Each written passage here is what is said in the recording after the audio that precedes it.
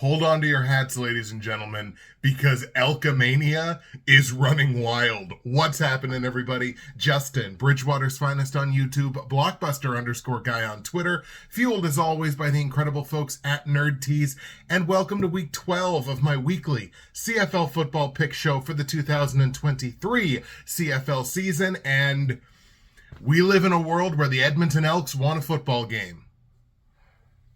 Welcome to it. Yes, the Elks won a game, and they won a game that I took them to win, which was really, really excellent and was unfortunately, one of the bright spots in another week that was underwater. Now, unfortunately, the BC Lions kind of laid an egg, and I was 5-4 heading into the final game of the week, which you got to feel fairly good about getting something in that final game, having at least a 500 week. 8-4 was still on the table heading into the last game of the week, and then the Lions did that. So, unfortunately, I was 5-7. I had Lions, and the under, I believe it was, and neither one of those things happened. So, 5-7 kind of sucks after going 8-4 the previous week. But again, 8-4 was on the table for a second straight week, so I'm not completely down in the dumps about that. I feel like I was on the right track, and the final game of the week just happened, and that happens in the CFL, especially this year. But I do feel better about where we're at and where we're going heading into a Week 12 slate. Now, CFL Fantasy was looking a little dreary for a little bit. I kind of did get bailed out in that BC Lions game, so something good came out of that game for folks who were backing the Lions. 98.4 points for me in CFL Fantasy in Week 11 was good for just outside the top 1,100 in the game overall, and just inside the top 125 of Derek Taylor's pool. And on the season, I have an even 1,007 fantasy points, good for top 660 across the whole game at number 659, and top 110 in Derek Taylor's league at 109. And while my most outstanding player was Hamilton Tiger Cats running back James Butler, put up 114 yards on just 14 carries with a rush touchdown, added 3 catches for 32 yards, good for 23.7 points. He's my MOP, but the savior of my fantasy week was Keon Hatcher, because Taquan Mazzell didn't really find much of any traction in that game for BC. I had made a late switch. Jareth Stearns did put some points on the board, but it was Keon Hatcher exploding in the second half of that game that really saved my fantasy week. He finished just behind James Butler. I think he was still up over 20 points. So he was almost my MOP. Not the MOP, but definitely the savior. Another prime 4-game slate of Canadian Football League action coming up in Week 12 that sees the Montreal Alouettes on their second straight road game travel to Winnipeg to take on the Bombers, battle of two of the hottest teams in the CFL right there. The Calgary Stampeders are in Toronto to take on an Argonauts team that are coming off of their final bye of the season. The Hamilton Ticats travel to BC to take on a BC Lions team that we just talked about. I've got to be licking their wounds a little bit off of that loss. And the Ottawa REDBLACKS are in Edmonton to take on the Elks. In terms of league-wide trends, I have one for you. And how's this for variability? This is the league and the sport that I've been trying to predict all season long. Okay, so scoring week over week, so from week 10 to week 11, dropped by 24%. It dropped 24% week over week, but the team who gave up the most points is the number 1 scoring defense in the league. Make that make sense. This is the league that I've been trying to predict all season long, and maybe you can tell why it hasn't been easy. But the Bare Naked Lady said it best. Nothing worth having comes without some kind of fight. We are going to keep fighting right down to the final bell. Let's go to Winnipeg, where the Blue Bombers are going to play host to a Montreal Alouettes team, like I said, coming in on the tail end of back-to-back road games. Both of these teams on 4-game winning streaks. For the Alouettes, it was late-game heroics in the final 3 minutes of the game against the REDBLACKS last week, propelling Caleb Evans and the Alouettes to their 4th straight win, like I mentioned. Evans goes for 333 yards passing, 2 touchdowns, 2 picks in the air, 49 yards on 8 carries on the ground, including the game-winning touchdown, a do-it-all showcase for one of the better backup caliber quarterbacks in the league. He could even arguably be a starter. Now, in that win over the Red Blacks, the Alouettes' run game did cool somewhat. They carried the ball 19 times for just 83 yards, a little over 4 yards a carry, and they did have that Caleb Evans rush touchdown. And honestly, this game looked bleak for them. They trailed by as many as 14 points into the final 6 minutes of the game.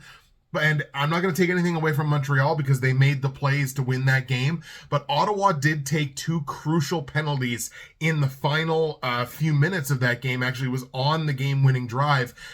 Richie Leone punted the ball out of bounds. That gave Montreal an additional 10 yards. And then Ottawa took an illegal contact penalty on what would have forced a third down play. It was an incomplete pass, but illegal contact gave Montreal a fresh set of downs on that game-winning drive. And shout out to the Alouettes secondary in particular, holding Dustin Crum to under 10 yards per completion. So I think he had 14 completions, but only like 130 yards passing through the air. So less than 10 yards per completed pass, as well as an interception. Good game for the secondary, despite the fact that the Alouettes defense did get beaten up on the ground. Ottawa as a team, 173 yards rushing on 29 carries and a hat trick of rushing touchdowns. So they did get beat up on the ground, but the secondary got the job done. On Winnipeg's side, the Bombers forging a late-stage win in an ultra-close matchup in Calgary against the Stampeders. The game's only touchdown coming on a Demario Houston pick 6 off of Jake Maier. Kickers in that football game going 10 of 12 combined in their field goals. 2 Rene Paredes misses being the difference on the scoreboard, and really the one at the end.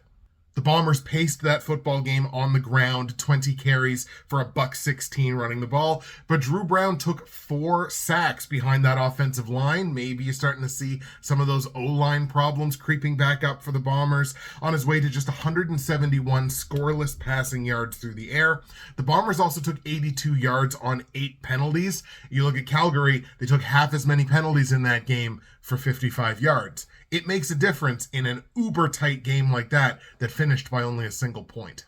In my experience in these defensive football games, whoever blinks first loses, and the Bombers did not blink on the defensive side. They held Jake Maier to under 50% on his completions, under 200 yards passing, and no other offensive Calgary Stampeder went above 63 yards. Shout out Mark and Michelle. He had 63 yards receiving. Nobody else went above that mark. I don't think anybody else went above 50. So the Bombers defense blanketed things out, and they got that win.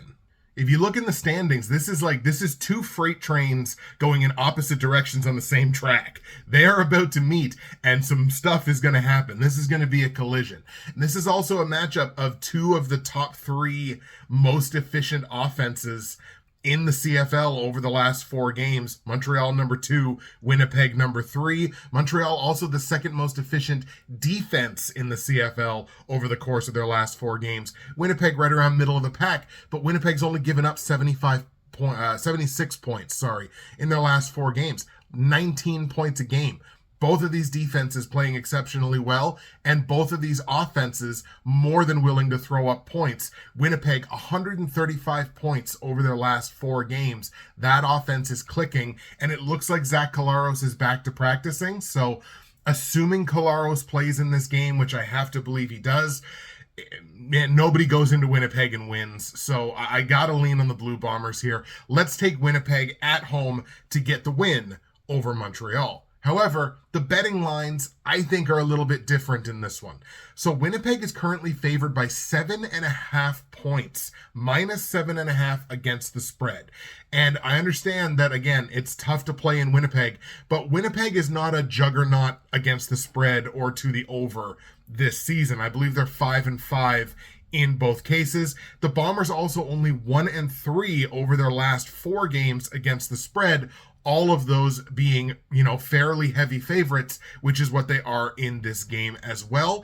I think I got to take the points on the Alouettes there. I think these are 2 very similar football teams, capable of very similar output. So I got to take that 7.5. I think the teams are too close to lay that many points. Total in the game set at 47.5, and I think with the efficiency and the high-end scoring of both of these offenses, I kind of expected a number closer to a 50. I'm going to grab the over here on 47.5 in Montreal. Winnipeg, let's go Bombers 28, Alouettes 24. Very competitive, very entertaining football game. Take the Bombers to win. Give me the points on the Alouettes, and give me the over on the total. Also, I'm not saying, but I'm saying, this could be a dark horse Grey Cup matchup. I could very easily see a scenario where the Alouettes come out of the East.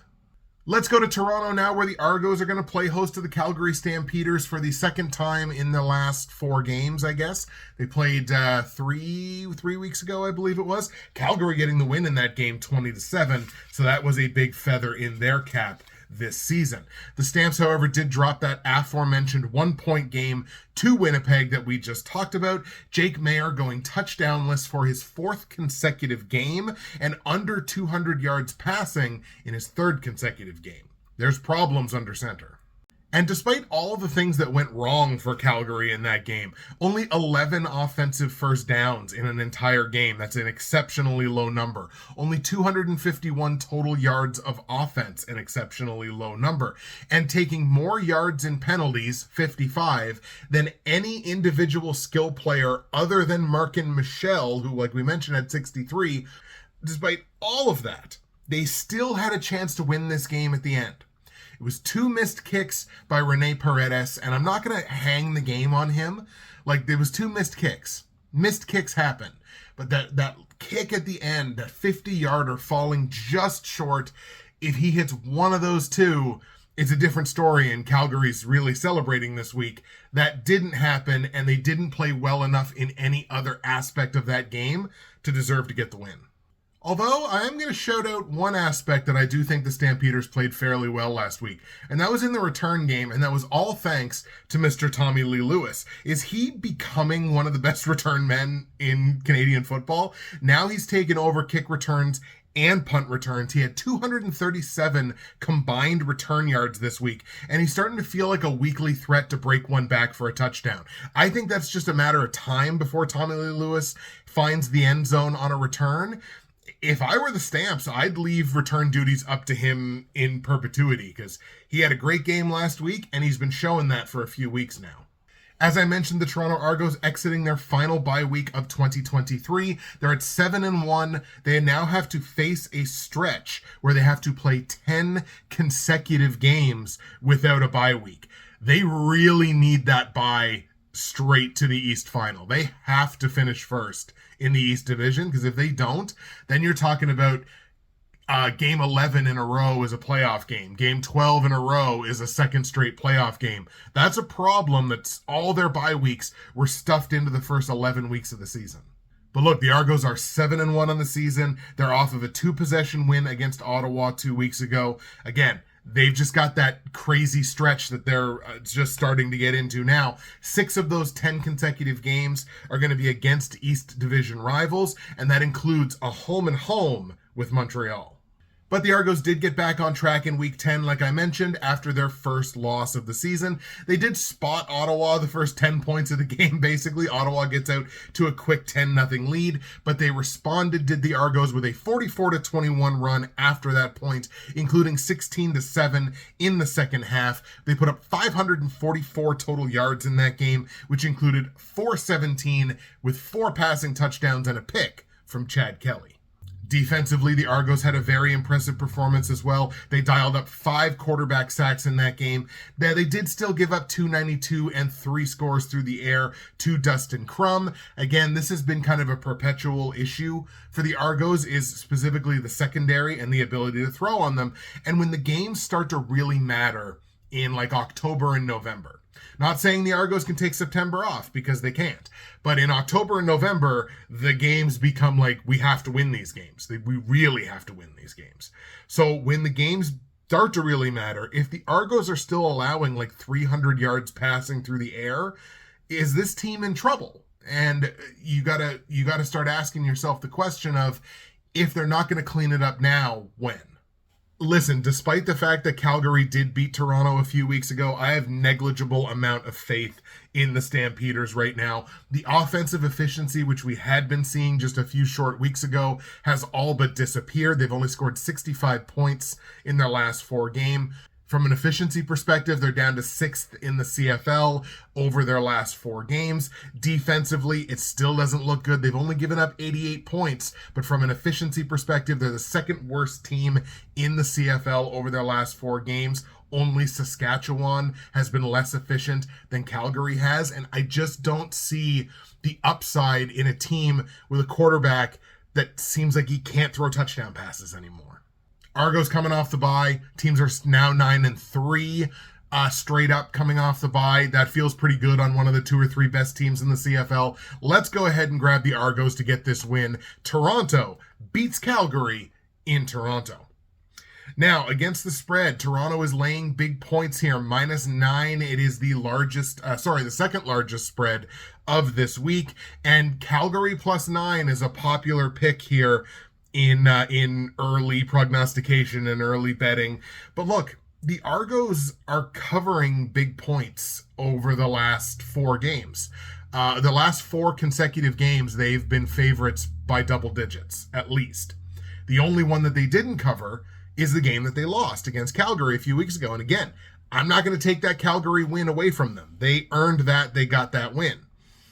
But if you like the Argos to win, the money's been made by laying the points as well. So I like the Argos to win. I'm going to go ahead and lay this -9. I still think Calgary, they have a lot of problems on that defensive side, and the offense is not tossing points on the board. So for Toronto to cover -9 here, I don't have a problem with that. So let's lay -9 on the Argos. Total in this game is set at 51 points. It is the highest total of the week. These 2 teams have combined to hit just 1 over and a push in their last 8 games respectively. No lightning in a bottle this time. It doesn't strike twice in the same place.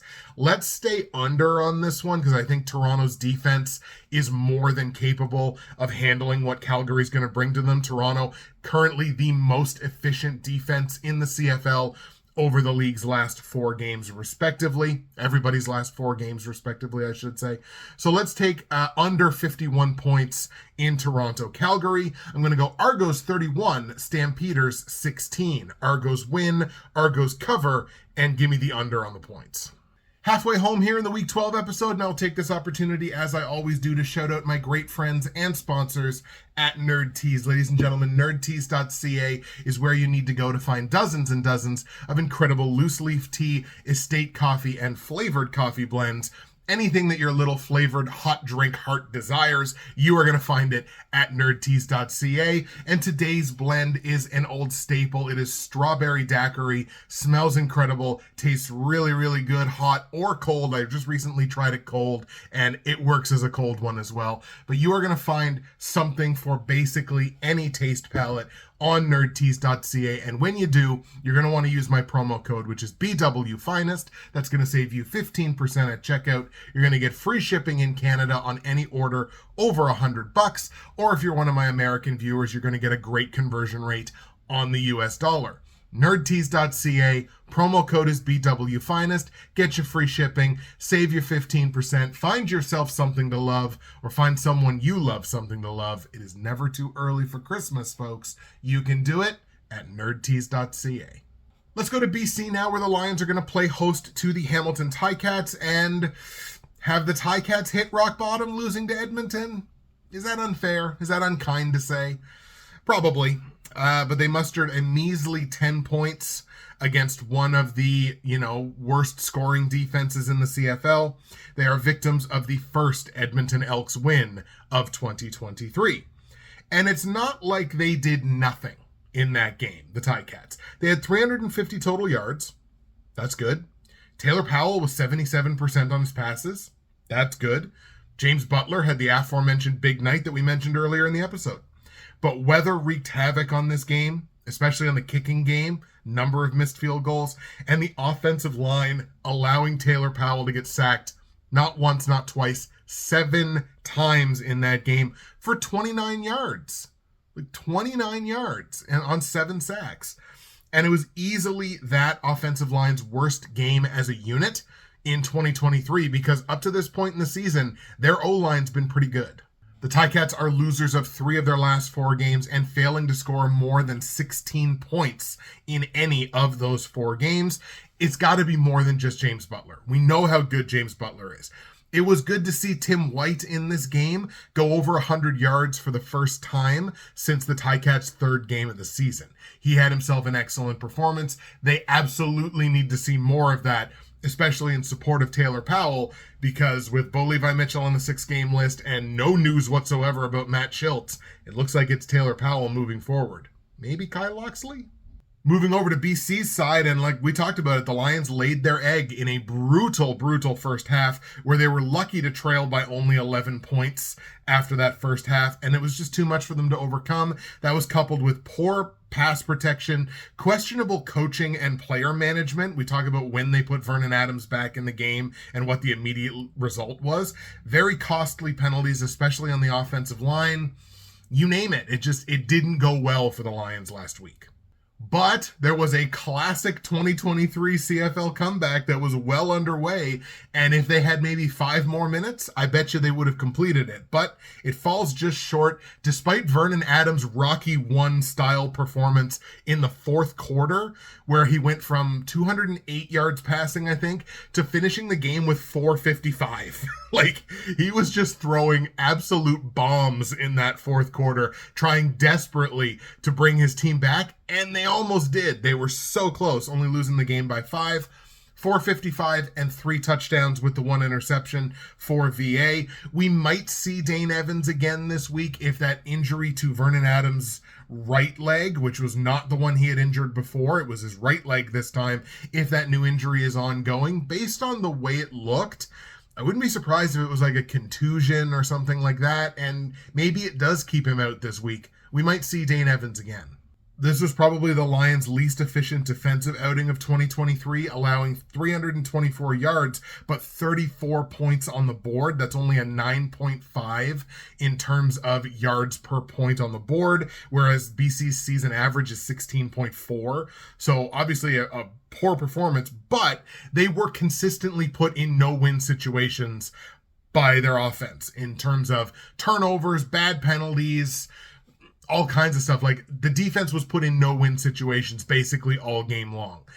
Starting field positions for the Riders, just consistently way too good for the defense to have any shot at keeping points off the board. I feel like maybe there's another bounce back incoming. Remember what happened the last time the Lions kind of got beat up? They turned around and they took that out on their opponent. I think we might see that again this week. Look, I think this is a very easy formula here. If you can't score, you can't beat a team that can. So BC has scored 20 points or more in 8 of their 10 games this year. So that's consistent scoring, and they've dealt with injuries. Dominique Rhymes has missed a number of games. Vernon Adams missed a number of games. Injuries at the running back position. Like, they've dealt with injuries all season long, but they've still scored at least 20 in 8 of their 10 games. So this is a team that can score, and Hamilton very clearly is a team right now that can't, because they don't necessarily have the quarterback that gives them the best chance to win. They offensive weapons have not lived up to it other than James Butler. So they're just not a team that's scoring, and it's awfully tough to win games when you can't score points. Let's take the BC Lions, who have been dominant in their home field this season. BC gets the win at home over Hamilton. Now on the line, the Lions are laying -10. It is the largest spread of the week, and kind of a surprise given that we don't know 100% what the deal is with Vernon Adams. But I think this could wind up being another lean on the defense type of performance. The Lions defense have allowed, get this, they've played 4 games at home. They have allowed 37 points at home this year. Like, it's 9 points a game. They've got a shutout. They've only allowed 1 of those 4 opponents to get above 10 points.